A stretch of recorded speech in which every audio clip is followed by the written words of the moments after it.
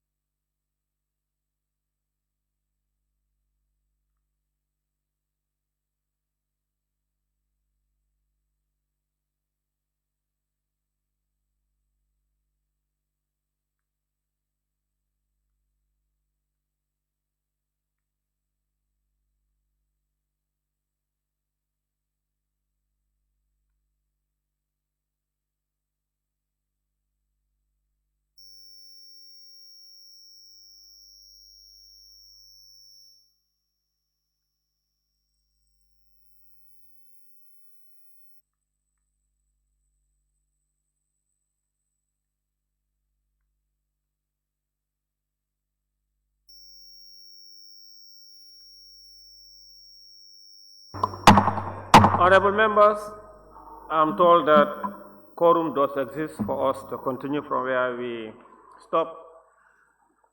Thank you. I now invite the member for Busumbala. He's out.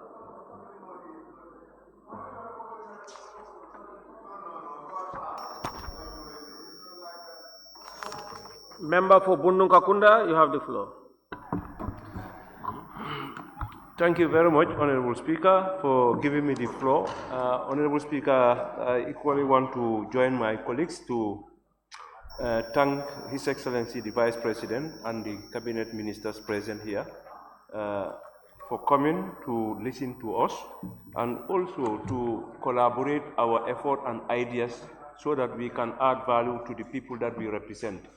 Honorable Speaker, first of all, I must thank the government of the Gambia through His Excellency President Adam Barrow and all the relevant ministries, especially the Minister of Works, Infrastructure, for giving us a good road with street light. Equally, I must comment Minister of Petroleum and Energy, both the former, the present and the current and the past, yes, Minister, that is Honorable Minister Job and Juara. We thank you for your effort to give us, to improve the water issue in Bundung, because these are issues that we are talking about and we did all what we could do, but today at least it has improved. So we must commend you for that, because as it goes, we are all leaders, we are all here to serve our people. But at the end of the day, when we talk about the government, it's about the three arms. So that three arms, we should all work together, regardless of our differences and ideas. So for that being the case, because it's only when you see yourself opposition or part of the government, depending on how you understand your working relationship with your partners. But we are all partners and we are all potential partners that we can make a difference for the people of the Gambia. So on that note, equally to the Minister of Health, I will also commend him, because Bundung Maternal and Child Health Hospital, we were struggling with ambulance, but today we had a very brand new ambulance. But we must thank the community of Fajikunda Health Center, because by then we were sharing the ambulance, but today we have our own ambulance. So we thank the ministry through the government for providing the ambulance. But equally, we want to appeal to the same hospital, that is the Bundung Maternal and Child Health Hospital, for NAWEC to help us, to at least, give us a special transformer so that their power issue can be addressed, because the problem that we have there currently, because of the demand and the demand of the patient coming to that hospital is too much. So right now, what we want, Honorable Speaker, is for, I'm appealing, because the thing is, at the end of the day, is through this we can be able to connect and collaborate to make things happen. So electricity is a problem for us there because of the transformer. So we want to appeal so that at least we can have our own transformer so that the hospital can operate effectively to serve the general people of Bundung and the surrounding areas. So at the same time, we want to also, I want to also thank the great people of Bundung for coming out during our last cleanup exercise of the new road, the partners and all the donors for coming out to show appreciation and to also take ownership of that Bundung highway. Because the thing is, at the end of the day, what the reason why we are here, we are all here to add value, to change the life of our people. So if that happens, we just have to embrace and accept it and take ownership. Because at the end of the day, if you don't do that, meaning the project is going to be baseless. So on that note also, to the Honorable Speaker, on the side of the street light that are currently being installed along all these new roads, I just want to understand who is going to be responsible for the maintenance of those street lights, because most of them are solar lights, and sometimes the panel might be dusty. So, in terms of cleanliness or whatever, because the thing is, for us, as far as Bundung is concerned, we don't want to sit and see things, lights having fault, and we don't know where to go and relay, because we want our lights to be on at any time at all levels. So, Honorable Speaker, and equally also, along the highway, already the community did their part by cleaning. So now, equally, I understand KM, they have started bringing some personnel, but we want to encourage the councils. Hence now the new roads are in place with street light. So we want to encourage the council also within the communities, if they can also venture into street lighting, so that at least our communities, our region can be brighter, and we can have a safe community to live. So, Honorable Speaker, to the side of the security, through the Ministry of Interior,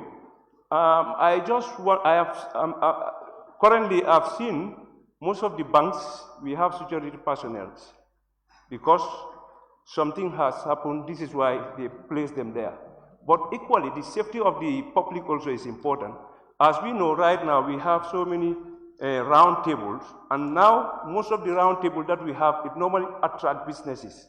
And most of those round table areas, turntables, is always congested. So I was suggesting, if there is possibility, to have security personnel stationed around those areas for the safety. Because sometimes some of these criminals, if they know there is no security post in most of the areas, they can easily go and do what they want to do and move on.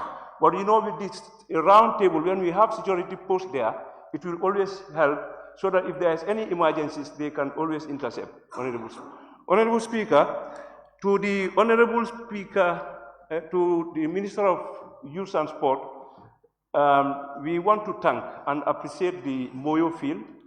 Equally, we must commend you for your frequent visit to the project site. We are aware and we know it. But what we need now is for you to, talk to the contractor so that they can fast track the project, so that at least our brothers and sisters, they can have a facility to, at least use. So we commend you for that, and definitely the people of Serekunda Central, they are very passionate about this field, and we hope that, everything will be fine. Honorable Speaker, to the Minister of Basic and secondary education. Bundung School, we have a Bundung Primary School, because there is two, the proper and annex. So right now they've started kindergarten programs there. So for that being the case, last time when I went there, at least the way and the manner these furnitures are is not encouraging. So we are appealing if the ministry can intervene and so that at least we have proper furnitures for them. But equally, I will thank, because for Bundung, we don't just sit and wait, but I will thank the ex-students of Bundung for providing almost about 35 furnitures to give it to the school, which I think that's how it should be, that's the spirit. Because at the end of the day, government may not be able to do everything, but we should also come as a community sometimes to do certain things that will also enhance the development of our own people. Honorable Speaker, with the same water issue, because now the water issue is improved, but as far as our CDF is concerned, we invest about 300,000 to service connection in Bundung, almost about 29 service connection, including those who also pay their service connection. But it's almost coming to 2 years. I will align myself with the honorable member for Bakau. Almost 2 years, there is no meter. So we want the ministry to at least engage NAWEC so that at least they can, because right now, in fact, we want to even, survey more places, but because of the embargo, we cannot. And this will also reduce your revenue base, and I think we need revenue so that we can develop the country. So definitely, I think this one, we really need your intervention to talk to the NAWEC management so that they can help us to get these meters so that people can have their water. Because if we have water flowing and people still, they apply for water and they cannot have it, still now, we will still have the problem. So the problem will still persist. So, Honorable Speaker, to the Honorable Speaker again of Minister of Interior, Bundung Police Station, we have a new building there. So the old building, the way and the manner it is, I don't know what plan do you have, but I was thinking if there is possibility to rehabilitate it, whether you will still use it or other sister forces can use it, because that building, left to me and to the general people of Bundung, the structure, the way it is, we just want to preserve it because, the building depicts, community, symbol. So I think if you can rehabilitate it, maybe that will also help. And equally, the immigration office in the same premises, because of the demand of people coming to, get these ID cards, the structure is very small. So I don't know what we can do, whether, either way, whether the immigration can move to that building or whatever, or we expand the building, because right now the building is very, very small and is congested. So we will appeal if there is possibility to help us to get these things done. Honorable Speaker,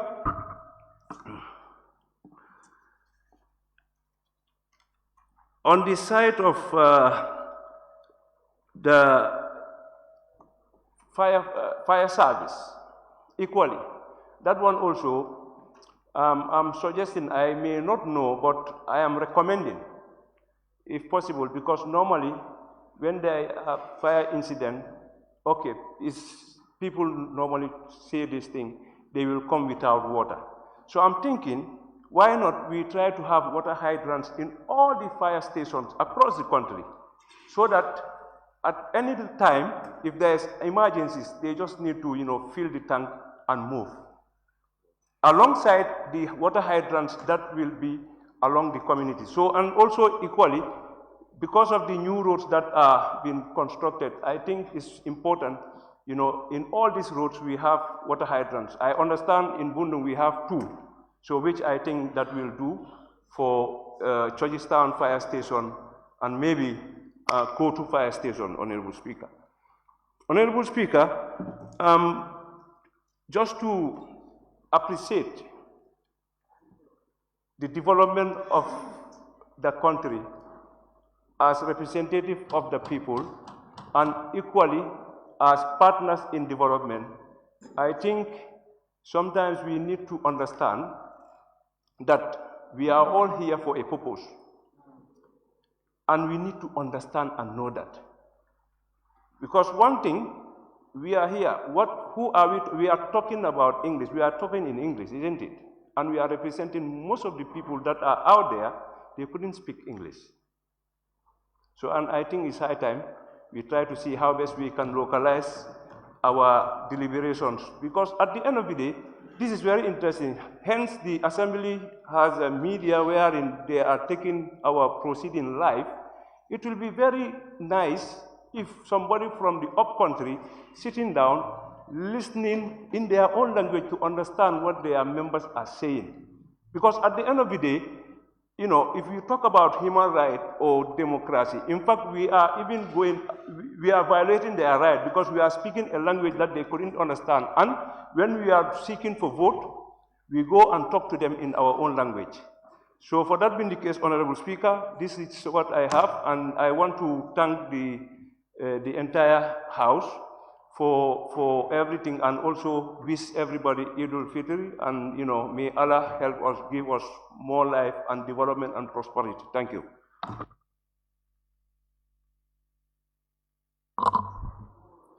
Thank you very much, Member for Bunuka Kuna. I now invite the Member for Foni Jarol.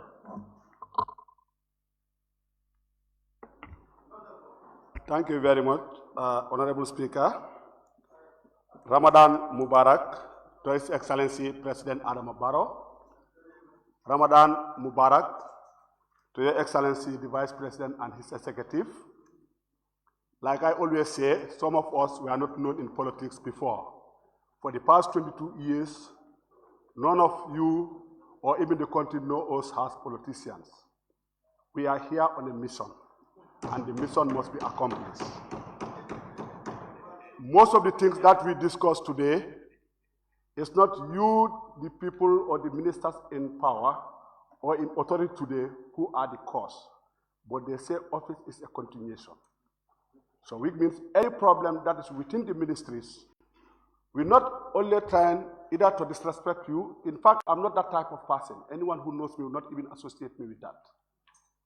But we want the best for this country. I always say that if we don't try to manage this country positively, it is us who are going to pay a high price. And it has already started. America is deporting about 3,000 people. Like the NAM for Fuladu East have said that people try to paint this country black. Yes, it was a methodology that was adopted. The last 22 years, it was the method, and the people who now separated on malice have already learned the methodology, and they are applying the methodology. So for us, it's about reality. We speak what we think is the best interest of this country.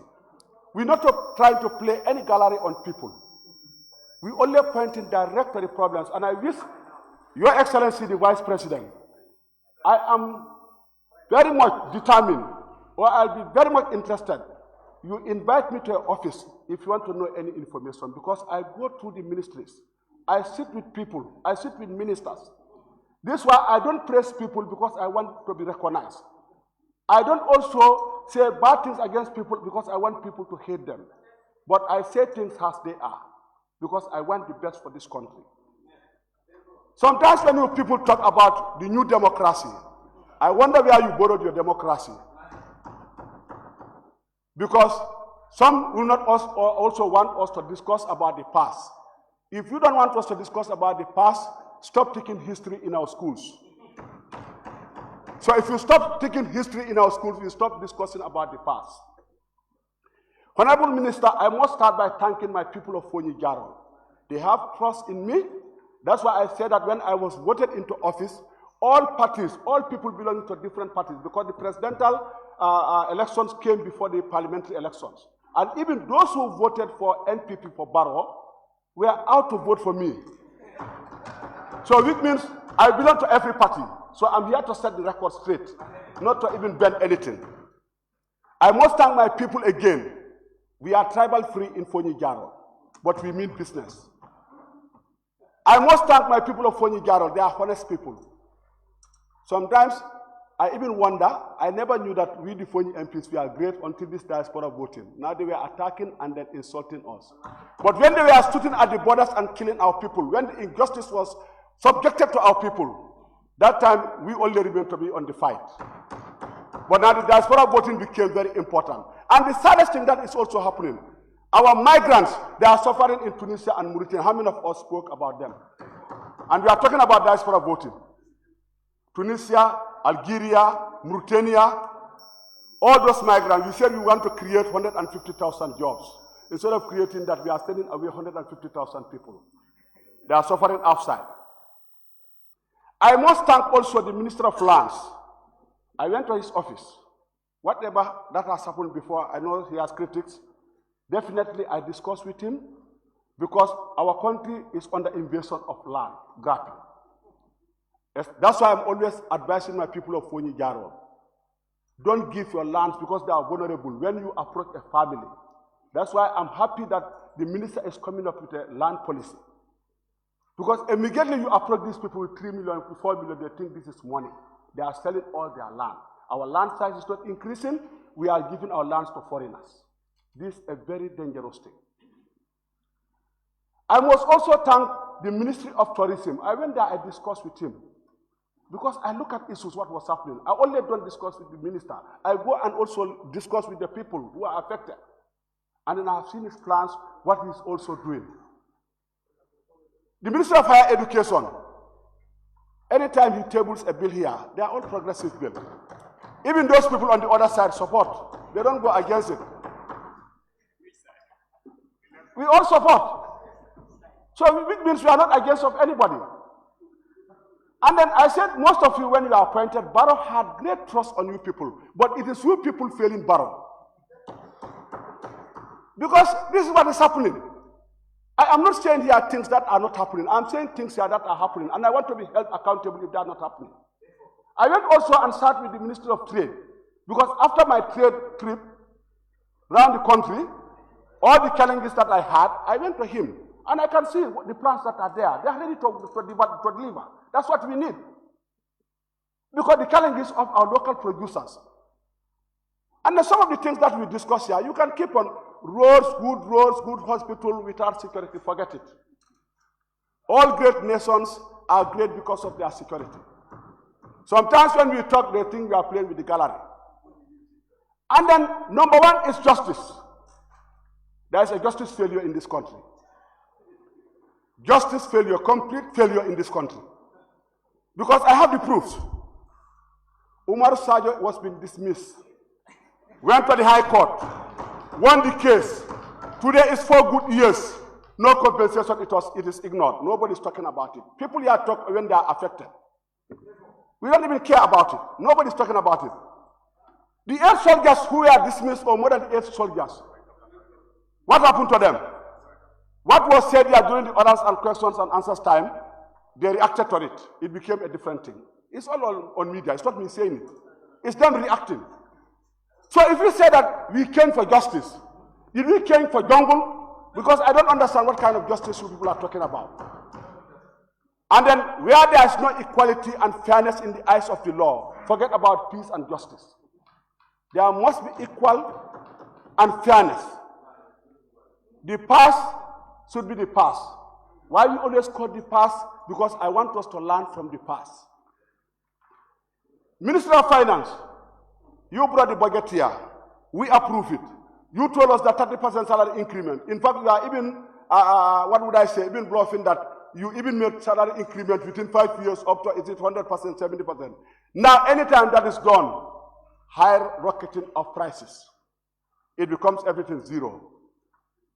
And then what we agreed here, when it was approved, we said house rent was how much? $350. And then we said that transport allowance was how much? $3,000. We have the pay slip. I said, some of you are ruling party MPs. They will not talk to you. They will talk to us. Because we are the opposition. You have to listen to us. Yes, because they talk to us. They won't talk to you people because you might punish them. This is what happened. Ibrahim Gambe, the corporal who is sent home, I disagree for sending him home. Not justice served to him. Because what Ibrahim complained on social media, you have thousands or 99% of the securities also talking the same language he's talking. It's not that he was brave enough to come out. So sending Ibrahim, the corporal Gambe home, is not solving the problem. It's about solving what he complained. That's what we should tackle. You people have a lot to do. The damage may not be you people. But you inherited something. And then if you want to help Barrow has great trust on you people. That's why he's my friend. In fact, the unfortunate thing, when I went out to even welcome him during the Meet the People store, last year, they were not happy with me. This year, they denied me talking, my own constituency. And had it been I did not go, or they would tell me opposition, they don't go. Now, I went there, they selected youth leader of my district, Alakalo, Sevo, youth mobilizer. But the honorable member was just sitting there. In fact, if I got up and go home, they will say something different. Next time, don't go. Well, I'm just saying it here so that the honorable minister knows what is happening. And then I heard of the word smart farming. I don't know smart farming, whether it's in Gimara. They said all over Gimara. Okay. I'm also hoping that it comes from my area. I also thank the Minister of Works, because, yes, we are now inclusive. I said, I'm not here to oppose. We are here to say when it's right. We are here to say thank you when it happens. We are not here just like the methodology that was used to remove my government. That nothing was white, everything was black. And I thank him for giving us this democratic house that we are sitting in. That never existed before.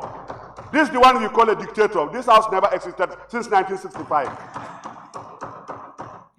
So, but now he's the dictator that we want to eradicate everything. Unless you stop speaking history in schools, then his name could be eradicated. If you want to keep on changing names on all books and buildings, I told you I will never be part of any group that is going to sabotage this government, because I'm going to make my people suffer. But I'm not born to be a coward. Because why I'm not born to be a coward, I'm not trying to say that I am brave. 1981, I was young. When my brother was part of the rebels, I was part of almost the best students in St. Peter's. But when I started visiting my brother in Mile 2, that's why when you start talking about democracy and human rights, I don't know where you people are just tabling this. My brother was forced to drink kerosene. And I can name them Papkias in Seka, Simon Talibo Sane, Usainu Gao, Mbemba Kamara, Tafa Kamara. When I visited, there were his friends that he would call and I sit with them. I would start talking to them, my hands are rolling in tears. My people in the village were punished. They were beaten. The only crime they committed was they are only biological parents of my parents, my brothers. But that one is the most democratic. And then the activists must be careful. If the activists are able to control the government, they will not be able to control Fonyi. Things happen in Fonyi, they don't come out to speak. And when we speak here on behalf of Fonyi, they come to condemn us. We are ready to go any level with them. If the activists are there so that you fear them, and then governments, I think we should learn enough now. Because Donald Trump, I'm even saying that if your Fladu Nam took his letter there, let him put him in jail. Let him put him in jail. We have to believe in ourselves. All this, look at our constitution, the draft constitution 2024, which is a national document. It's already a foreign interference. We were all called and then told what to do. Why? They are even lobbying that our national document, that now we are totally ignorant. In fact, for me, the first thing that I am going to do if I'm voted as a president, I will have a special news precinct. The special news precinct will be for intellectuals. I have to get all intellectuals in this country. They are failing the country. They are failing the country because all these bills that we argue here, that we are insulted, who is writing them? Is it National Assembly members? They write it and bring it to us. Whose interest do they put that? Only to please the president. There are people who always tell you that, yes, me, I'm for the president because what God has decided. Did the president wait for what God has decided? I think it was an opposition. Was he not an opposition to occupy that position? What is wrong on being a genuine opposition? Today, if we destroy this country, we are destroying it for ourselves. But some of the activism or whatever you call them, that democracy is not going to work in Fonyi. When justice for others, no justice to others. Talk for others, don't talk for others. This is what is happening. So if government is not able to control, this is why sometimes I say that this government, there is no control.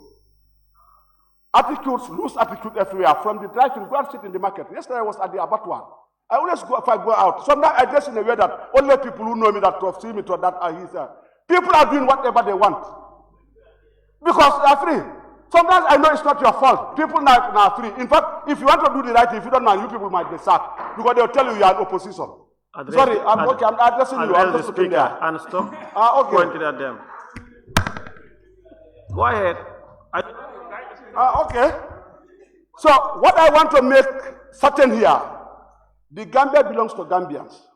For me, in fact, my problem is anytime we are dealing with a document and you have foreign interference, I already have a suspicious mind on it. And when we talk about the security, I said no nation is great without security. And then the welfare. And then I always tell people, public office is not about enriching yourself. The audit reports are there. Say whatever you want to say. Committee reports are there. Say whatever you want to say. But public office is about improving the lives of people that you lead. So please, I am appealing, let's serve our people. Looking for names, especially we names, we are failing ourselves. Because things happen here, we populate ourselves so that we'll be insulted. This is what is happening. What I call Walid? It's openness, transparency, and responsibility. But we make sure that it is us first will stand it to what's on Gambia or me, I don't care. Whatever decision I made, you continue insulting. But me, I came my mind through education. You have to educate me, not through harassing me or intimidating me. It's not possible. If you want, just keep on jumping. My people of Fonyi, when they disagree, they just...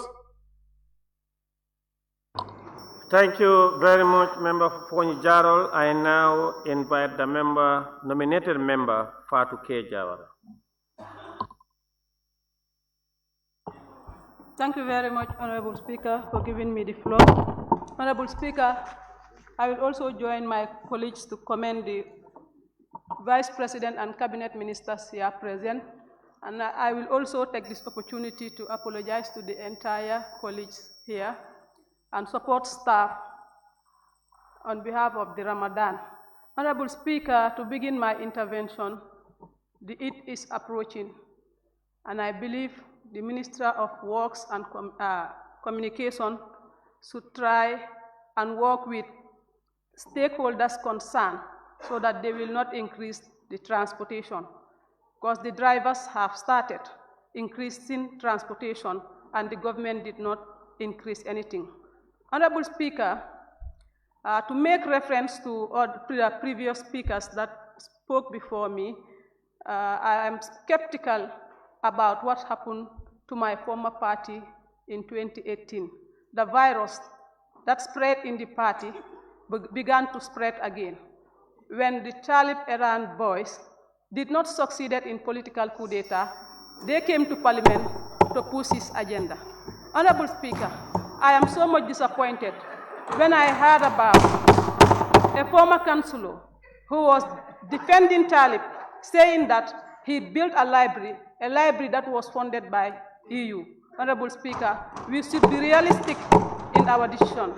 Honorable Speaker, members also raised concern about being neglected in their areas, about government projects. Honorable Speaker, you don't have control over who your child will resemble, but you have a right to choose a responsible father or a responsible mother for your child. Honorable Speaker, if government projects are not coming, what is the CDF that was given to us? What is the essence of the CDF? Let's utilize that CDF for the benefit of our electorates. Honorable Speaker. Honorable Speaker, diaspora voting. I think a lot of noise have been heard and have been said. Honorable Speaker, people running from one media outlet to another should desist from it. What should lead us to that direction is facts. Let us stop the mere speculation. This country is governed by law, Honorable Speaker, And our state power is now balanced, and the laws are described who should do what, when, and where, and how.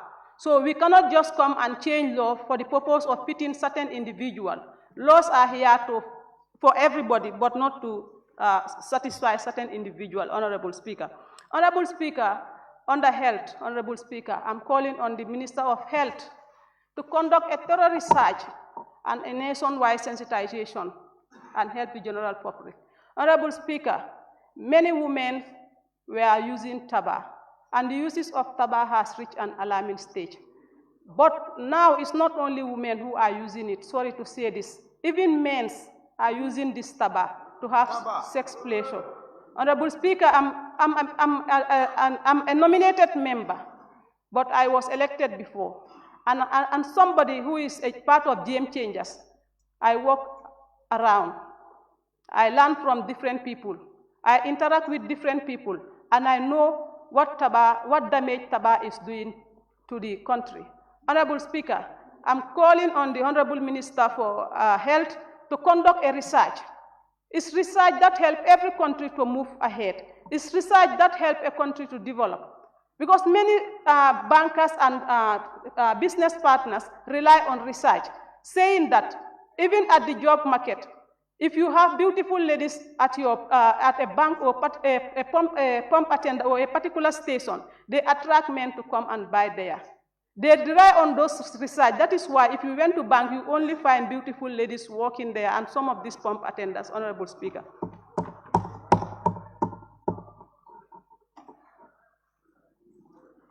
Honorable Speaker, coming to the issue of political reality in the country, Honorable Speaker, I think our country political system is turning into a fanatic loyalist. Many politicians want to be fanatic loyalists. Honorable Speaker, we have to be realistic in our decision. Members raised concern about the irresponsible statement that was made by one political commentator on social media, which we all condemn, and nobody should endorse it, Honorable Speaker. But I'm so much disappointed why that particular member condemned one side of that statement and neglect the other side, Honorable Speaker. Honorable Speaker, we are all here. When we had members of their party ranting on social media, threatening the entire nation, insulting the entire Gunjur people, and that person walked scot-free. They didn't make any noise out of it. Honorable Speaker, we also have them on social media when one of their supporters threatened to burn the entire Banjul market, and it was just brushed under the carpet. Honorable Speaker, we also had when the head of state was insulted by their militants, and none of them condemned it. They were all celebrating it and making those people as heroes, brave men. Is that what we call a party? Honorable Speaker, we also have heard about when their one figure party head threatened the entire nation, saying that he's going to make this country ungovernable. They all keep mute about it. Honorable Speaker, it's the same one figure party head who also threatened the people of Basse that he will open their eye on the sun, and they all keep mute about it. We should be realistic in our decision. When we are condemning something, we need to look into ourselves as an example, whether what we are doing is right or wrong. Honorable Speaker. Honorable Speaker, to continue, Honorable Speaker, I also heard some people raising concern about the issue of corruption, but now they were no longer talking about corruption issue because the government is divided into two parts, the central government and the local government. And most of the key positions were occupied by their party militants. But the level of corruption and the scandal coming out, they are no longer talking about corruption now. Honorable Speaker, this is the country that belongs to all of us. This is the country that our kids and our grandchildren will be proud of tomorrow. Whatever informed decision we make, please. Continue. Whatever informed decision we make here, our children will be proud of tomorrow. So let's take party politics aside and help this country to move forward. About this diaspora voting also, Honorable Speaker, those that were making noise were here in the 5th legislature when they constitute 31% of the seat, but they never bring it into this plenary. But because now they all lose hope that they cannot defeat the current dispensation in the parliament, they went in for diaspora voting. But I'm quite sure that even if we went in for diaspora voting, we are going to win them massively. Because the insult and the bully that they did to people will be paid to the ballot box in 2016, inshallah. 2026, inshallah. Honorable Speaker, in those few remarks, I submit and beg to take my seat.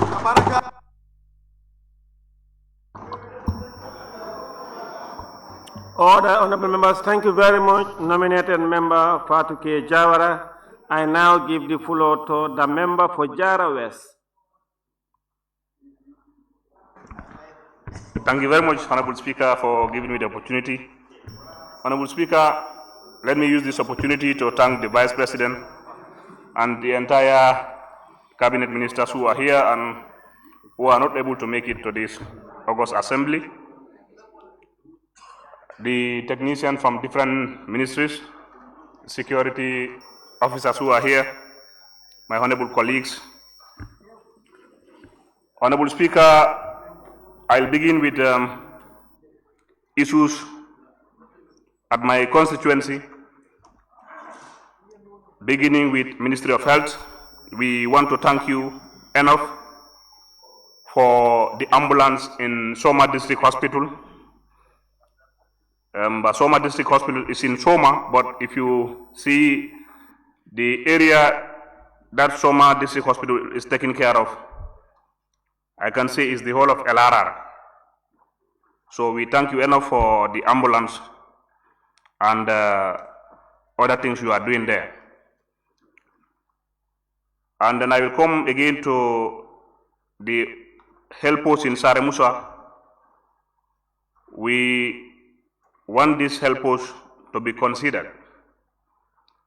As I always said, it reduced the burden in Soma District Hospital. Because this help post, which is very busy every day, and then I can say the whole of Kabada corridor around the Jara West come to this help post. So if it is upgraded, it will reduce the burden on the Soma District Hospital. Honorable Speaker,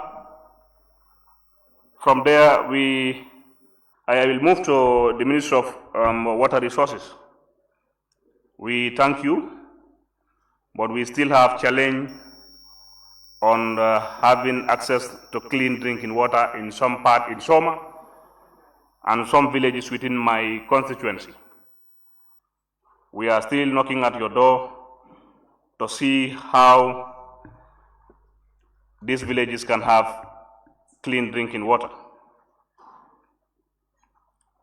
Honorable Speaker, to the Ministry of Transport, Works and Infrastructure. The people of Kabada have seen the road. It is coming, as you said the last time, up to Jara West now. But as I mentioned the last time, we have villages that are skipped, and then we want these villages to be considered. That is from Fonkoikunda to Saremusa and from Kohel to Saremusa. Also a road from the Trans-Gambia to the Saremusa Hill Post, which is a very important route. We will appeal to you to consider these roads in the ongoing construction of the Kabada Road. And I will still align myself with my brother for Jara Central. We hope this will be soon. Let them move in the other side of Kabada. I will differ with those who said this government is taking development to only those who support them. my brother Jara Central, what he's saying, this is the problem of his people. These Kabada people, since President Jawara, President Jammeh, and this president, they have never voted for an opposition. They only vote for the president on that seat at that time. It happens even in Jammeh time. They voted for Jammeh. Jammeh when they come to Barrow. 2021, they all voted for Barrow. But what he's saying is very, very difficult for these people. They have voted for the government, and they are seeing, and this is clearly to everyone, development is going to those who are opposing the government. That is what he was saying. That these Kabada people, they voted for the president, but now they are seeing things are on the other side. You know very well. You know very well. So, to address this issue, we need the votes. My brother is angry, but the votes will still be in NPP. The votes will remain. My brother is angry, but the votes will remain because they will come. Development will come. The rest assured, it will come. It will come. Electricity will come, the roads will come. The Honorable Minister is here, and then he will take note, the road is coming. They will soon move on the other side of the Trans-Gambia Road, then to Jara Central in Kabada. The roads will come. Yes, it will come. I know very well, the Minister is here.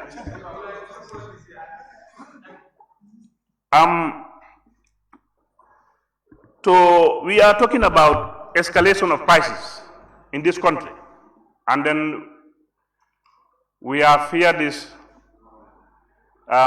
We have a free market, a liberal market. But the only thing, we can have solution for this. We have people who are ready. So, like what the Honorable Member for Councillor was saying, we have people who are ready. But sometimes, I don't understand. When somebody is into something, we want to politicalize everything. If somebody is doing good, there is no government that will come that will not work with people who are in capacity, who have the ability. If you want to sustain your business or whatever, if government comes, you have to put your hands together with government. He was talking about the jetty in Mandinari. If we have this jetty, it can bring prices down. We see sometimes goods, they have transit in Senegal. Because you can come here, when the ship is here, it can have 2-3 weeks without offloading. But when we have a jetty, for bulk cargo, it will help. It will reduce the prices. It will sustain what is coming. It will create employment. It will bring in a good economy for this country. So if we have people who are ready, who have the capacity to do that, let's give them the support. Let's give them the support. I will appeal to the government to consider that, because that is for the well-being of all of us in this country. Honorable Speaker, I am seeing in this country now, sometimes I don't know the type of politics we want to engage in. And then, like, people, when you want to address a concern, please address it generally. If you are affected and you have somebody is affected, someone also is affected, when you are addressing it, address it generally. Don't single out your own problem. You know the other problems, you leave them. This by-election that happened in Masembe, my Toranka tribe were called names. They were insulted by one Yaya Mankajan Jammeh. This Yaya Mankajan Jammeh, when I reported the matter to police, when he was arrested, when my people saw him, they have to forgive him. He is insulting, and those who are not making him to insult. They are not taking care. The man is, you can sympathize him. We have to forgive him. You sit at your corner just about politics. You don't like these people, the way they are doing. My brother have said it. We don't know opposition. For us, our parents are like that. But this guy insulted the Toranka tribe, a very noble tribe. He insulted them, said all sorts of, I have the audios here. If Honorable Speaker could allow me, I'll play it. But yes, it's very painful.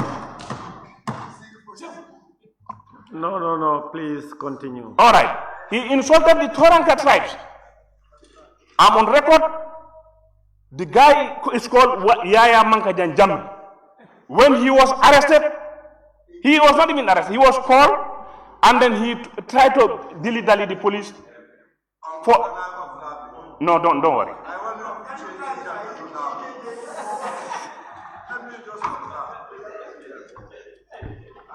You know, in this country, we are all the same. We are all the same. So politics shouldn't divide us. Insults. The Toranka tribe married the Manikas. The Manikas married to the Jolas. We are all the same. We cannot all be on one side. If we are different in decisions, that doesn't mean we are enemies. After politics, we should come together. But here, what I am seeing, and President Barrow, I told him, this will be very difficult. You are digging, others are burying. You are digging, others are burying. When are you going to dig all these holes? When you are digging, people are burying. I just saw a video, and nobody will say it here, from a guy from Sierra Leone. These roads, he said for 8 years, look at Gambia. He said he wished this is in Sierra Leone. Look at our roads. Look at our roads. Wherever you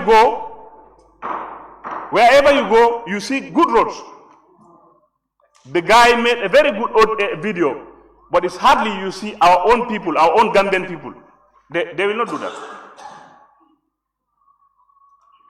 And the worst thing about it, you are in the sector, being in a ministry, being in an institution, you want to sabotage. You don't know whether that government, when that government falls, you will come back to where you are. Sometimes people don't know. When you are working, wait for politics, you go and vote, cast your vote in anywhere you want it to be. But if you are working, please deliver to expectation.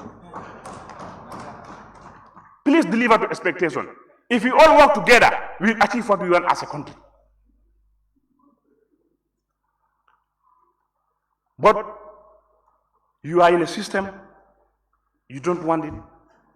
And the former president, no, we have to quote him.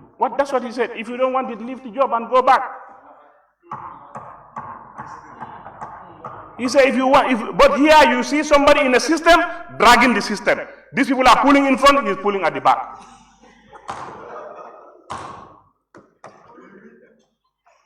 This is serious. This is serious. And then the president, you have to stand firm. You have to stand firm. This cannot continue. We have to move as a country. Whoever leads this country want the betterment of the people. I suspect each and everyone who want to be a leader, you want the betterment of these people, of the people of this country. And then we are sending bad signal outside to people who want to come and invest in this country, telling them here is not safe, here when you come here, this is it. And then when that guy come and fix in the Gambia or whatever he opens here, it benefits everybody, not a single person. It's for all of us. Let's change our attitude. Whoever comes, you meet a good thing here, but don't destroy it. When you come, you start fixing where? When are you going to finish?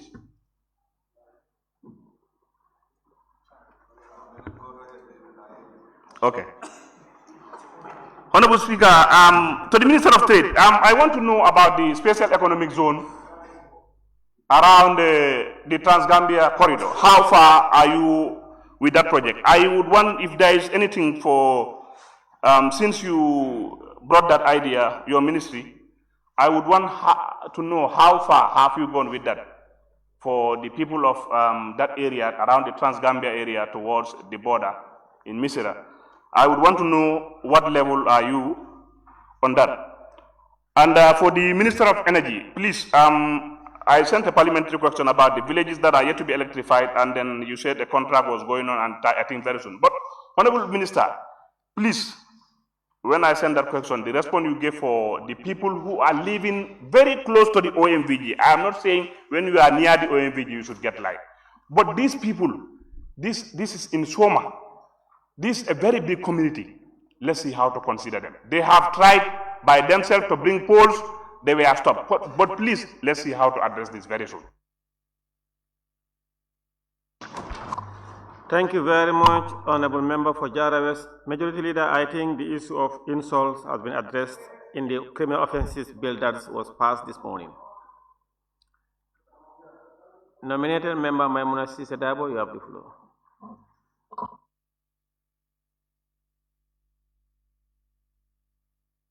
Thank you, Honorable Speaker, for giving me the floor. I would also like to stand on existing protocol by observing the President of the Vice President and the various Cabinet Ministers here present. And I would also like to request a forgiveness from my colleagues, because being in one institution or one umbrella is not easy. I might offend you without knowing it, but whoever offended me, know that you have my forgiveness. Honorable Speaker, as the current situation, I think I will start with my honorable colleague from Jara, who just mentioned about the insults going around. And we have a current situation right now in hand. I think few members dwell on it, but I think I have also have the right to dwell on it a little bit, which is the trending happening in Brikama Area Council. Honorable Speaker, I think this country is about to be a lawless state. People can act on anyhow they feel like, because they have the power or they have the bargain of the opposition side. What is happening in Brikama, I don't think is right. And I think they are over-exercising their power. We all know that the councils, they are independent. Central government and the local government, they are twin partners. But for these people, they just align themselves as the parallel government of the state. They don't want to be governed, but they want to be governed. The two things cannot go together. Honorable Speaker, we all know that the Local Government Act, Section 131, give the privilege to the councils to increase the revenue, but it has to be on the right format. Honorable Speaker, if you will permit me, I think I have the act on my phone. Honorable Speaker, if you will. Please go ahead. All right, thank you.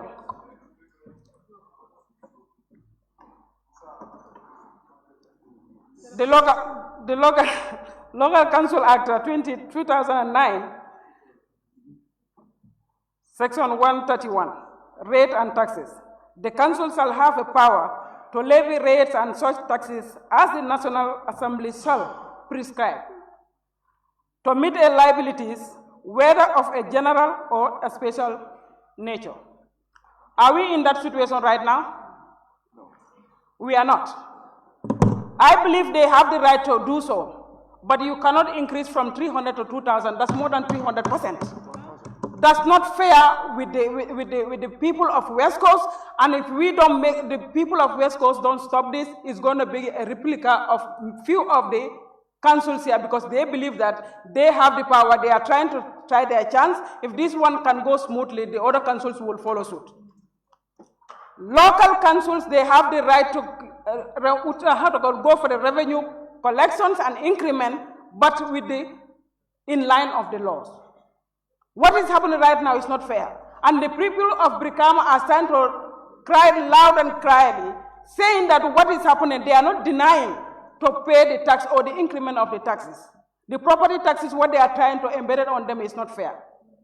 And when they are shouting on that, you can have certain elements of certain opposition in this country who feel that the CFO of the Brikama North doesn't have any right to voice his citizenry right in this country. If the opposition can have the right to voice out whatever they feel like to say, how about those in the government?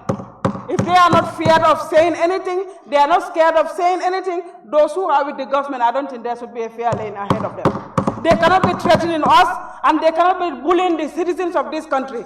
If they are claiming that they are the government in waiting, this is not the way and the manner we are seeing the councils and their people operating in the country.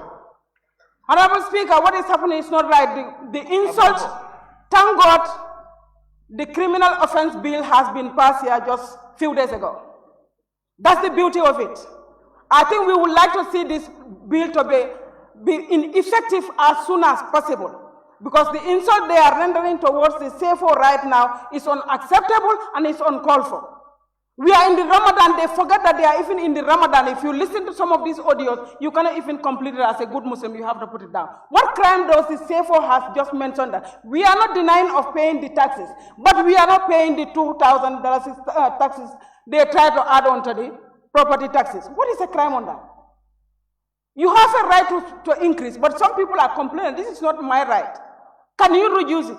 Is that should be a crime, somebody to be causing someone who can bear you a grandparent, not even a son or a daughter, but a grandparent to you, you can insult him, all kind of nasty languages, and still now you have people in this National Assembly condemning people, certain comments from a member of NPP, whom eventually, by doing so, when he has the condemnation from both sectors within the party, he boldly coming out and condemn himself and apologize to the system that what he ever said, it was emotionally, and he withdrawn. And he been called by the police and cautioned, and still now, they are yearning of it.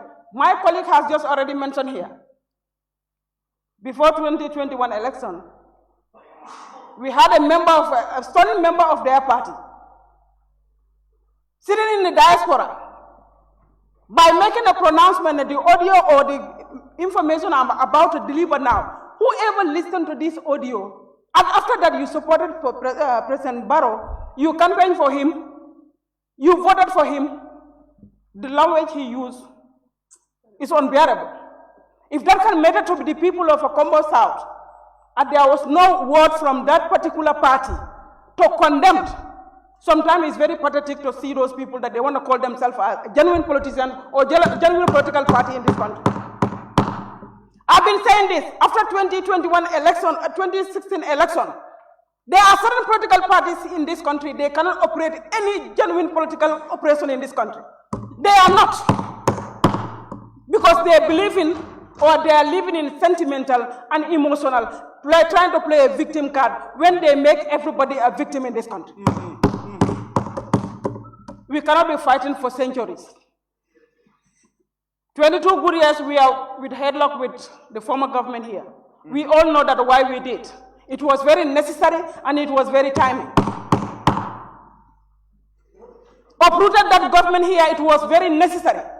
Because when you arrested people, you are not stopping only arresting them, prosecuting them, you are not stopping that, but killing them, disappearing them. You have every right, even the Islam, the religious we believe, advise us as a good Muslim, if you have a bad leader, what he advises you is fight for it physically. If you cannot fight for it physically, fight it verbally.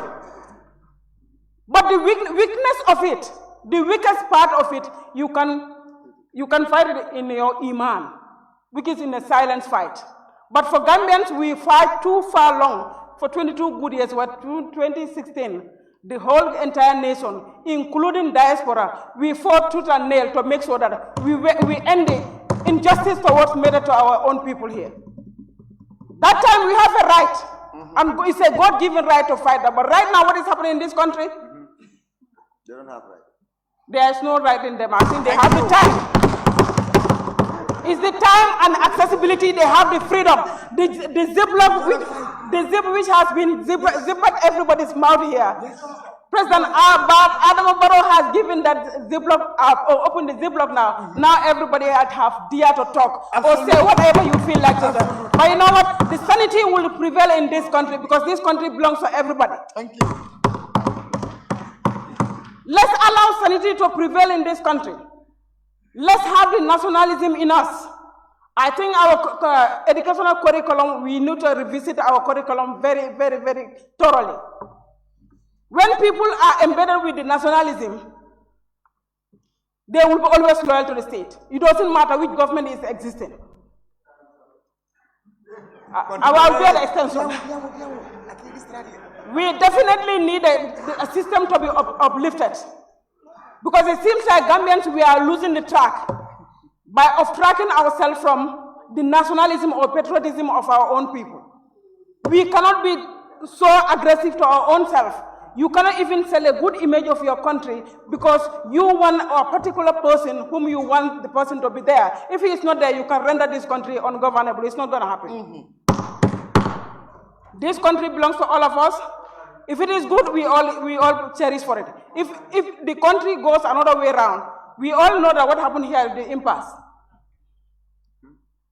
The impasse can be a good reflector of us. The impasse is a good reflector of our history. And I don't think Gambians will yearn for anything in regards to that. But what we are seeing right now, lawless is about to happen in this country, and people are taking the law into their own hands. Insulting people's parents is unacceptable, and these criminal offenses law need to be ineffective as soon as possible.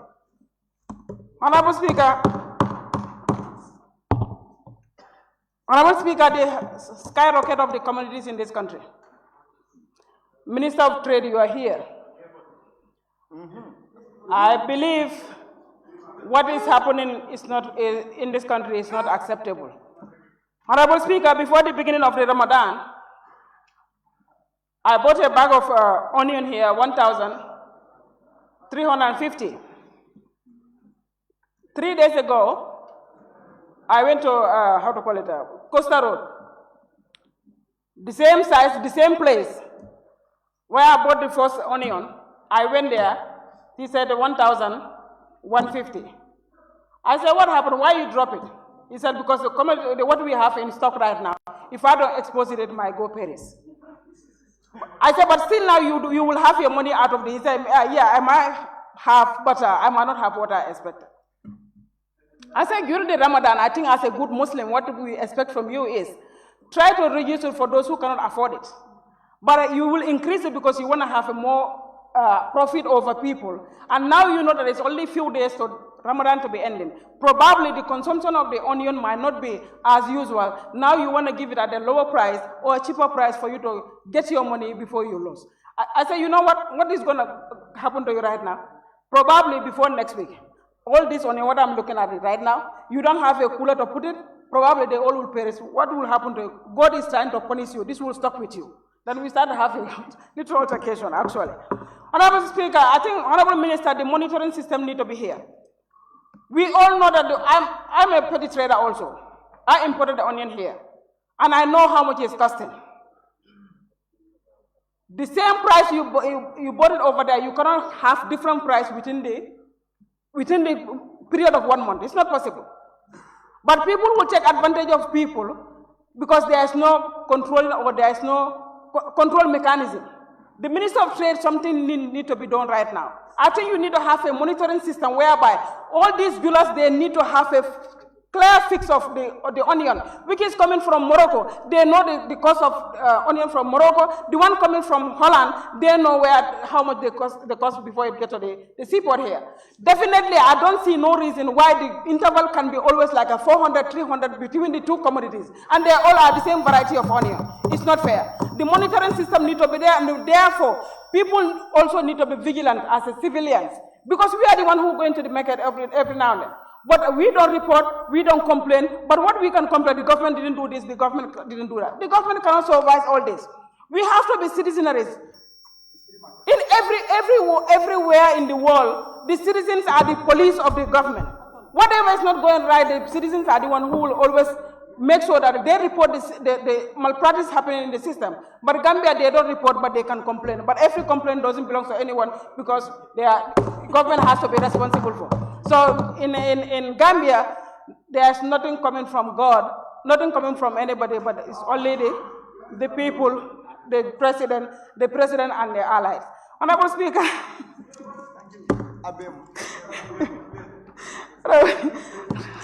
Honorable Speaker. Oh my God, time has gone. Anyway, I heard that the women vendors are crying, the people are trying to fight for their rights. But we want to tell them that this government is more darling of the women than the opposition they are claiming. The councils are the ones responsible for these women vendors. They are paying their daily taxes, so let them build a market for them. There is no way, there is no right for them to sit in the middle of the street. When the vehicle hit them, the next minute you will be in the police custody or next.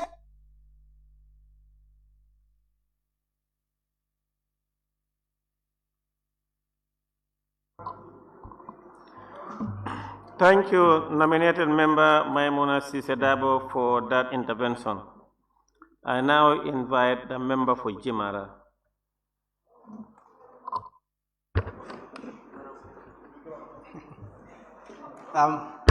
Thank you so much, Honorable Speaker. Honorable Speaker, I want to stand on all existing protocols by recognizing the presence of the Vice President, the Cabinet Ministers, government civil servants, honorable members present.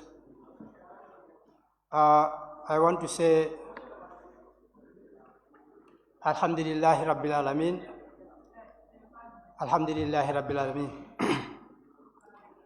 Alameen. We give praise and thanks to the Almighty Allah that make it very possible for us today to stand before the Gambian people and address issues that are of national interest. Honorable Speaker, it is said charity begins at home. This is an adjournment debate. This is where we have the opportunity to address issues that are, of concern to our various constituency and also the national issues that are really matters. Honorable Speaker, first of all, I want to thank the current government for their tremendous effort in trying to fix the bad roads that are in the Gambia, especially in the rural areas. In my constituency, we've benefited. We are one of the beneficiaries of this recent road infrastructure development projects. The road linking Manekunda and Basse, from Basse Manekunda to Dembakunda, then Numel to Gambisara. It's a very important project that we really appreciate. We want to thank the government through the President for this particular project. Honorable Speaker, it is very important to be mentioning one word for more than 100 times than to be saying things that are of no relevance, or million things that are of no relevance. I think this is going to be the third adjournment debate I am going to mention this road. We know the government's challenge that you face was about as representative of the people. We are here to extend their message to the government. The communities, the road linking from Sarekoke to Dembanding, all the way to the last point of the road. These people are really suffering. Imagine with these new ambulances that we have now, cannot access some of this community. Imagine if you have a pregnant woman that needed to be evacuated to the nearest hospital. We are appealing to the government to consider these people. As we speak, the communities of Dembandi,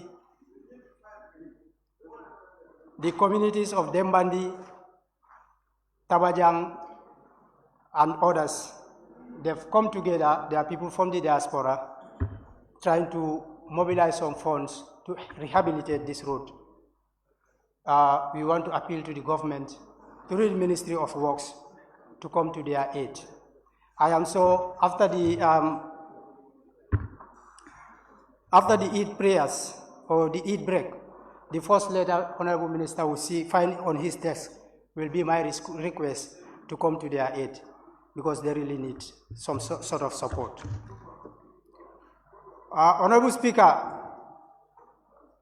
rural electrification project. The Gambian government has embarked on a very massive, ambitious electrification project called Universal Access to Electricity. This was a promise made by the President that before the end of 2025, even if you are living on a rock, you will be electrified. We want to see this project to be realized. In Jimara constituency, I know the Right Honorable Minister promised us last time. He even assured me that I can tell my in-laws that these communities will be electrified. We have about 18 communities that are still in doubt whether they will be electrified before end of 2025 or not. I want the Honorable Minister, if he is given the opportunity, to clear the air. Honorable Speaker, on current issues, Operation Stop the Use of Motorcycle for Commercial Purposes. Honorable Speaker, we are talking about the life and the livelihood of the youths that constitute about 62% of the population of the Gambia.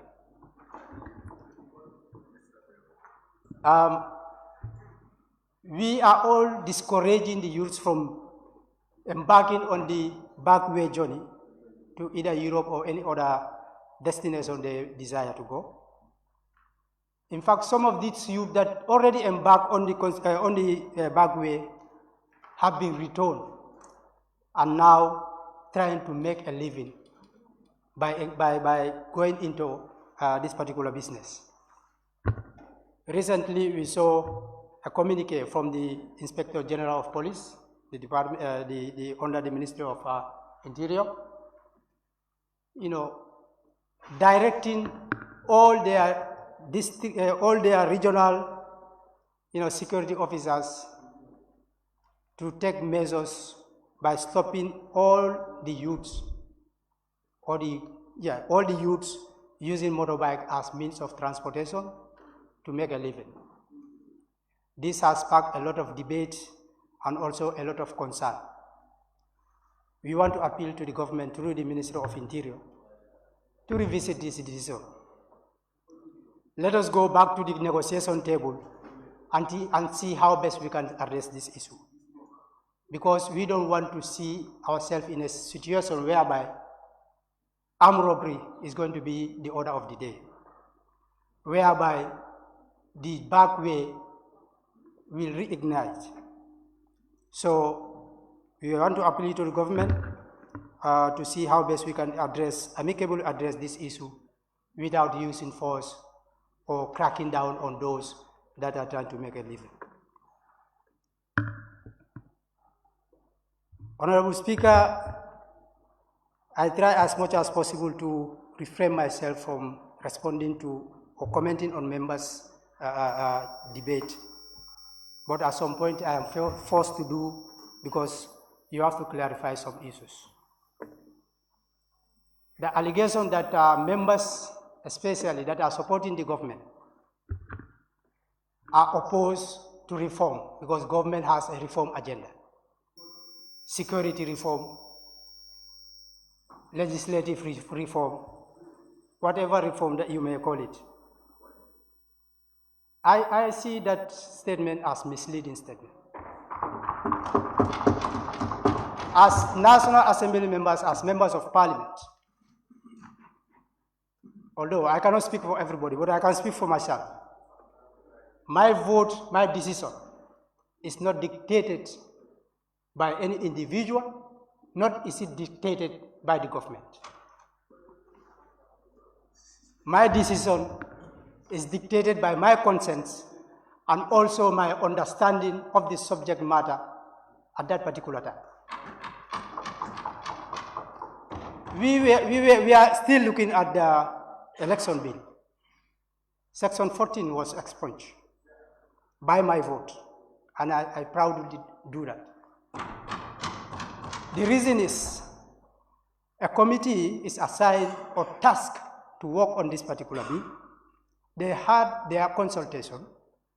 It is one thing to consult people, but it's another thing to have their views and aspirations incorporated in your report.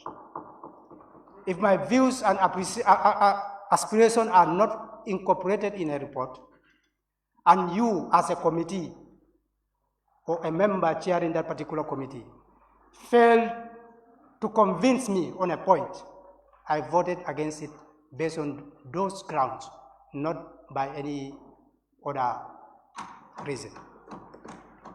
So I think it is important for us to know, even the vote that my argument on some of the platform, the vote I took here is not against the diaspora, but against the government, if you understand, yes? Because the bill is not diaspora bill, it's the government's bill. It is the government that brought that bill and that clause, with the clause.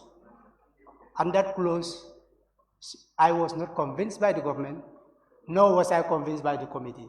So my vote is based on my conscience and my understanding of the subject matter as we discuss. Honorable Speaker, I don't want to take much of your time.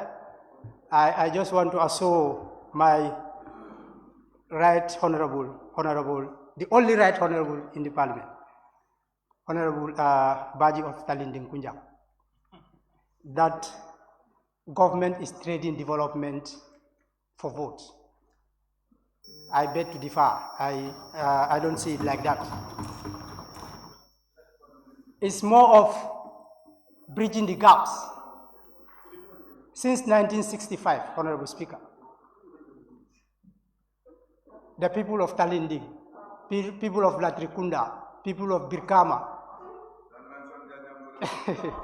the people of Olyundu, the people of Serakunda,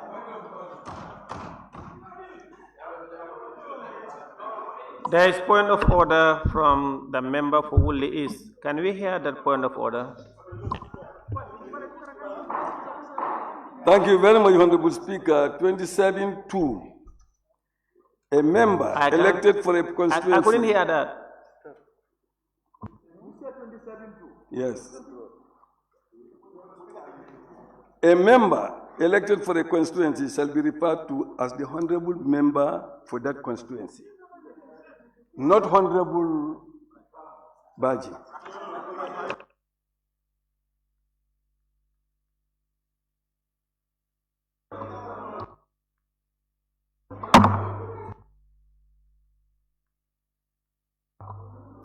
Order, honorable members. Honorable members, order, please. The member for Woolly East, you raise a point of order, and you are quarreling with Dankunku and Opasalo.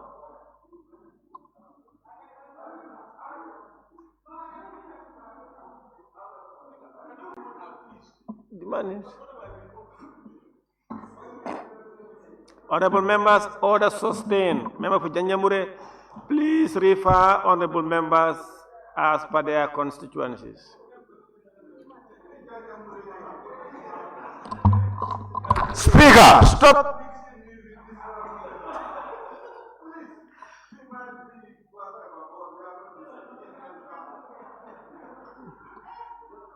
You know, maybe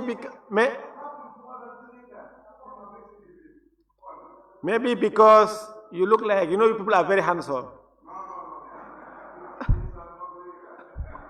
The member for Janjamure, please continue. Thank you. Thank you, Honorable Speaker. Sorry about that.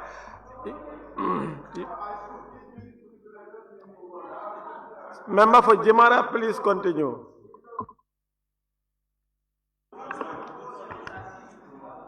No. No.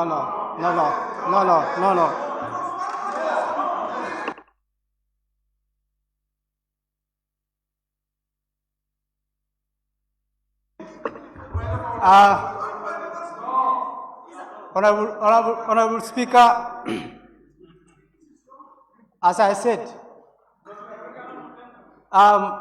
from 1976 to date, 1965 to date, sorry for that. Let me refrain from mentioning names, but let me say the urban area of the Gambia have been benefiting from infrastructural development,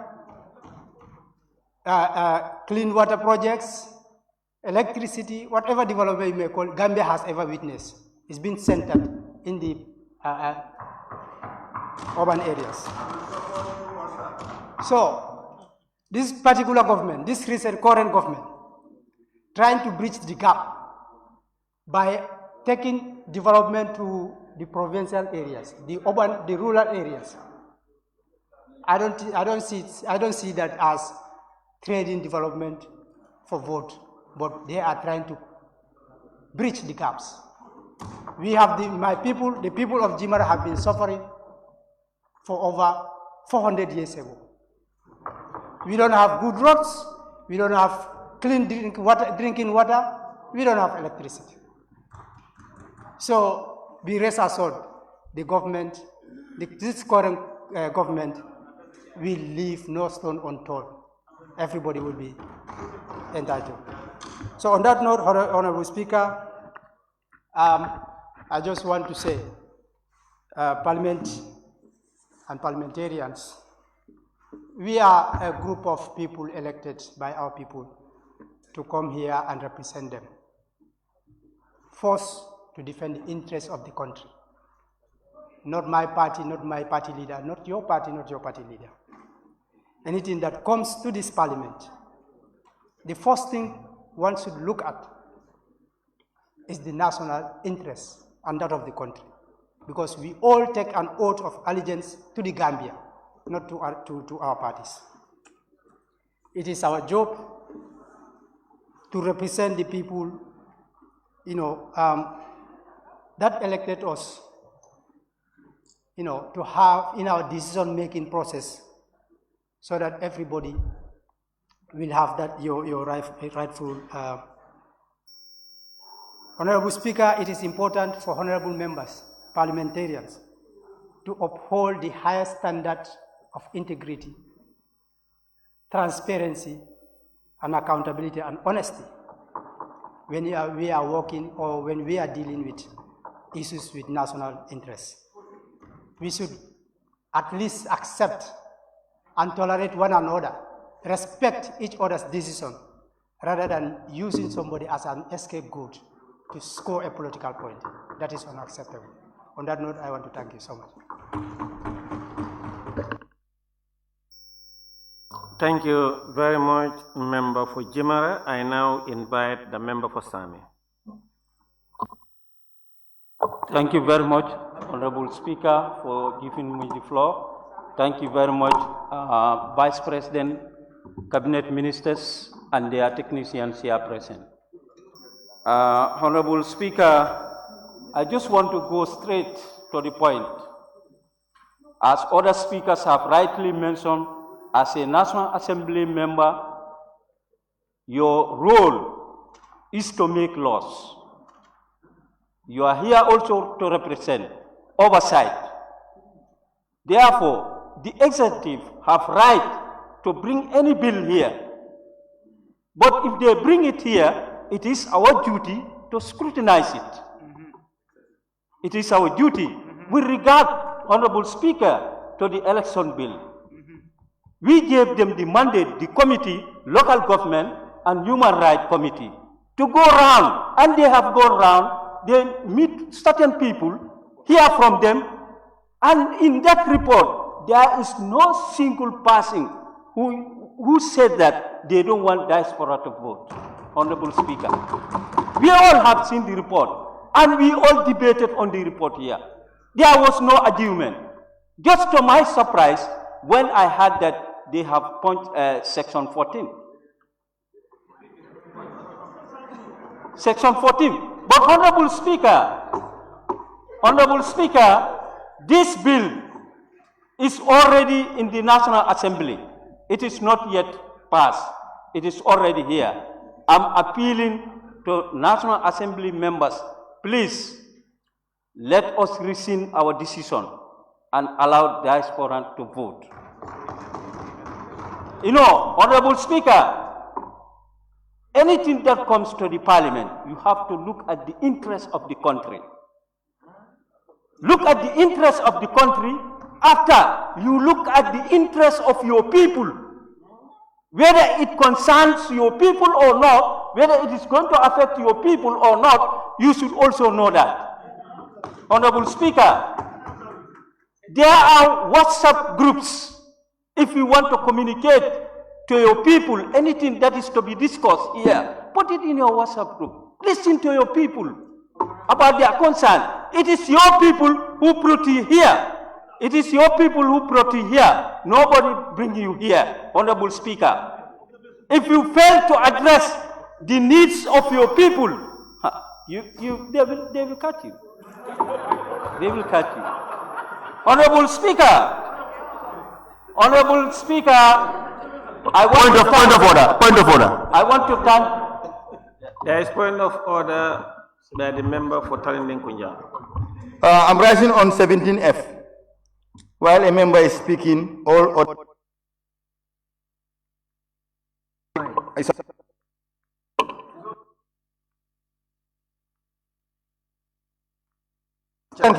check this. Member for all units. Okay, wait. You come. No, you come here. Come put it on now. Put it on now.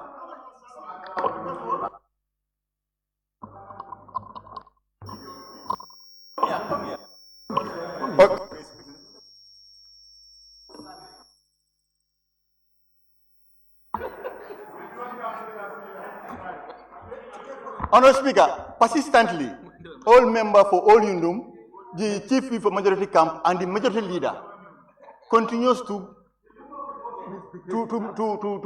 distract him with comments continuously, non-stop. Thank you, honorable members. Order sustained. Please, honorable members. Honorable members, please let us be silent. Let us be silent when members. Order, please. Order. Deputy Majority Leader and member for all Yundum, you know what to do when you are if you want to use the mic. I made a ruling here, only permissible interruption. Order, honorable members. Honorable members, order please. Permissible interruption, please. Without that, don't use your mic. Thank you very much, Honorable Speaker. Everybody here, you are entitled to your opinion. Thank you. When others are talking, I don't say point of order, I don't say anything. Allow people to express their opinions. Honorable Speaker, I'm just warning you, please. Please. Honorable member, please take your seat. Order, honorable members. Honorable member for Central Badibu, please face the majority leader. Honorable minority leader, you should face that end.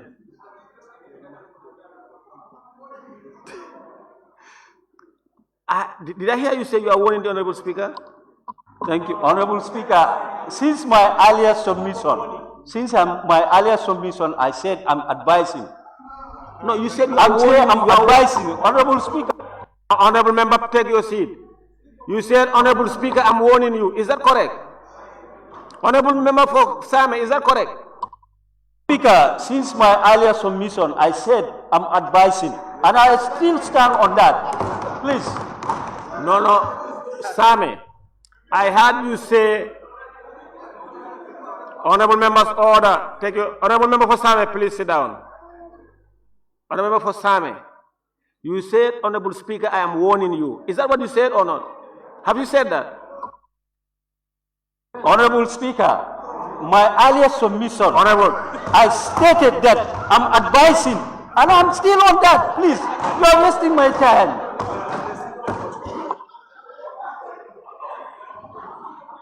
Honorable member for Sami, honorable member for Sami, did you actually say that you are warning the honorable speaker?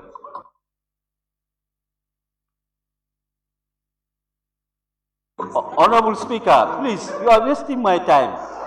I said, since my earlier submission, I said, I'm advising. Please, allow me to continue. Please, allow me to continue. No, let him, no.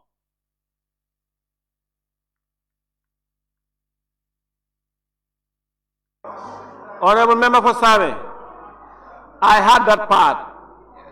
Since at the beginning of your statement, you said you are advising honorable members. No, wait. Now it is that advice that you extended that you are warning the honorable speaker or not? Speaker, please, let's continue. That's a slip of the tongue. Please, let's continue. Thank you.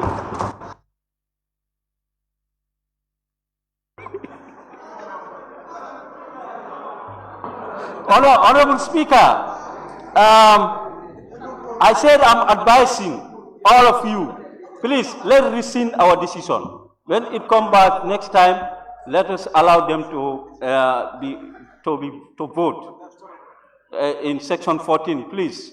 This is a constitutional requirement, Section 39. Section 39, when everybody have right to vote. When I hear others are saying that, yes, me, whatever I want to do, yes, I want to do it. You know, if any decision that you are going to take, look at your constitution and your standing order. Whether you have infringed somebody's right or not. Honorable Speaker, I want to go straight to education because they have wasted my time. And we all know that Section 30, everybody have right to education, basic education. So therefore, Honorable Speaker, I want the Honorable Minister to consider Woolley West, that school. Woolley is, he mentioned a particular village, Sarajeda. You know, you can do what we call multi-grades so that they can also have access to education. You can do that. Honorable Speaker, we know that Ministry of Basic and Secondary Education, they have done a lot. But Honorable Speaker, you know, these social sectors, we entirely depend more on donors. So when the donors did not follow up, we see ourselves in a funny situation. You go to school, some of the schools, you will realize that furniture is an issue. And in fact, structure is an issue. A typical example that is Karantaba is, secondary school. They don't have, structures. And that school is the oldest high school in Sami. They don't have structures. And Honorable Speaker, the school is growing. It's growing. When there is no enough structures, what about the others? Why are they going to be fit? So there is need for them to have, other structures. Honorable Speaker, yes, let me go straight. Let me just link it with higher education. Honorable Speaker, higher education, yes. Honorable Speaker, the whole CRR not. All the region have skill centers, except our area. We know that they have put up, laid the foundation stone of our skill center, but we want to update it. How far that, that skill training center is. The whole CRR not. Other regions, they have skill centers. We don't have it. Honorable Speaker, I think it's need for government to look at some of these areas, these prioritized areas, and look at it. Honorable Speaker, let me go straight to transport. I want to thank the Ministry of Transport. I want to thank them. Honorable Speaker, the reason why I want to thank them, our first 2015, when we came to the Assembly, 50 legislature, 2017, 50 legislature, 2017, our 50 legislature, Central Badibu was our chairman for monitoring committee. When we visited that particular road, Lamenkoto Pasamas Road, when we visited that, we realized that Kalan to Bustown was not among. But that was not among. That came to this very house and the appropriate fund. So I have to thank all the National Assembly members for that. Because that was approved here. Because I said that road from Kalen to Bustan, if that road is not constructed, people are going to find it very difficult. Because remember, Honorable Speaker, that is the only road linking to Bansang. And that is the only referral hospital in CRR North. So therefore, there is need, and the government has responded to that. So thank you very much. Honorable Speaker, there is also another road currently that is from Bani to Kunting and from Raneru to Fitwala. They are in progress, but we want to see, Honorable Speaker, before the end of 2025, at least those roads are completed. So, Honorable Speaker, and that's not the only thing. You see, from Jarime up to Bani, that one also is in a very serious situation. I think the Honorable Minister should look at that. Honorable Speaker, from Changai up to Demphai, you should consider that one also. So, Honorable Speaker, and not only that, you see, the Ministry of Transport, they gave an ambulance to the community of Sami Madina. There is a help post. They gave that ambulance to them. So please, wait, it's transport. Please don't distract me. You see, Honorable Speaker, please talk to them. You see, Honorable Speaker, agriculture. Honorable Speaker, I always used to say agriculture, when we say agriculture, it's not only crops. It's both crops and animals. And thank God, the agriculture chairperson, there was a time they invited me to, a small drinking point that they inaugurated in Raneru. So thank you very much for that. But still there is more. Looking at the animal population in Same, and some of these projects, if you are taking it, please take it to where the needs is requested for. Let us not look at anything. Let's look at where the needs is needed for. Please, the need basis. Honorable Speaker, water. There is still a problem. Clean drinking water in Sami. Honorable Speaker. Honorable Minister, please, I think the Minister for Water Resources, you should go around to make needs assessment of these communities. We are very close to our people, Honorable Speaker. Anything that we said here, it is from our people. Don't just that we just say it like that. No, because we are in touch with our people. They are concerned if it is addressed. We will say it. But if it is not addressed, as long as I'm the National Assembly member of Sami, I will hire out those concerns. If they are solved, I will say thank you. If they are not solved, I will continue to say it until it is solved. Thank you. Honorable Speaker, health. Honorable Speaker, health is still a concern, as I said, Honorable Speaker. Look at the whole CRR. No referral hospital. You see? This is why there is need, Honorable Speaker, for our CRR North to have a referral hospital. Before crossing, wherever there is crossing, Honorable Speaker, there is always a problem. Honorable members, please order. There is always a problem. He's making very important points. Please order. There is always a problem. So, yes, so there is need for us to have that. Honorable Speaker, we should have that. Honorable Speaker, these ambulances, I said we have an ambulance. That ambulance was given to us by NRA through Ministry of Transport, Works and Infrastructure. But, Honorable Speaker, there are challenges towards that. Maintenance is a big issue, Honorable Speaker. And the salary, that's why when you people said, when you people said diaspora, there is one man in diaspora who is paying our driver. Who is paying our driver? And that is an issue, Honorable Speaker. I'm just calling my people. They told me that now they are giving them fuel. But maintenance is a problem. I think the Honorable member for Nyanija, he's the chair, I stand to be corrected. I think we appropriated some fund for these community ambulances. I think they should follow them. Yes, they should follow them so that they can address the needs of our people. These are some of the needs. But if you take the burden of these ambulances on those communities, how are they able to maintain that ambulance? They cannot. They cannot. I think they should try to look at those things. Honorable Speaker, I want to thank the Minister for Tourism. I want to thank him very much because the other time I made a parliamentary question here.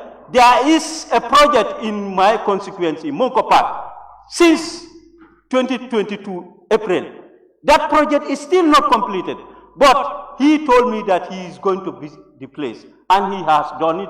He visited the place, but I want him to update me with regard to that project. Remember, I told you, anything in my constituency, I will follow it up to the last dot. I will follow it. So then do you need an update from the minister? You don't then. Yeah. You have to, instead you should update the minister. No. You know, this was a long time when two of us visited the site. So I want him to update. From that was since our last session. So I want him to update me, the assembly, about that project because it's a long time since 2022. So thank you very much. I want to advise all.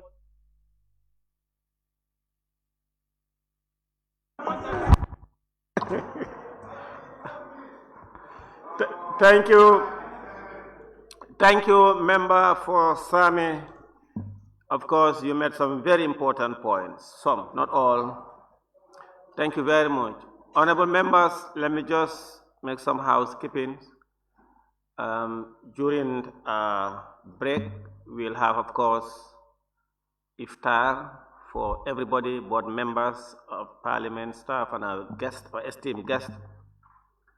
We'll have the honorable ministers who will be at the Speaker's board room for their iftar, and of course, the Vice President will be in the Deputy Speaker's office with few other cabinet ministers in the event that they cannot fit at the Speaker's boardroom. He will be joined by the Minister for National Assembly Matters, and then we'll have, of course, Finance, Defense, and Interior. Then we'll have senior government officials at the canteen, members of Parliament as well also at the canteens. Honorable members, I will adjourn this assembly for 55 minutes. We shall resume at 8 p.m. This house is suspended.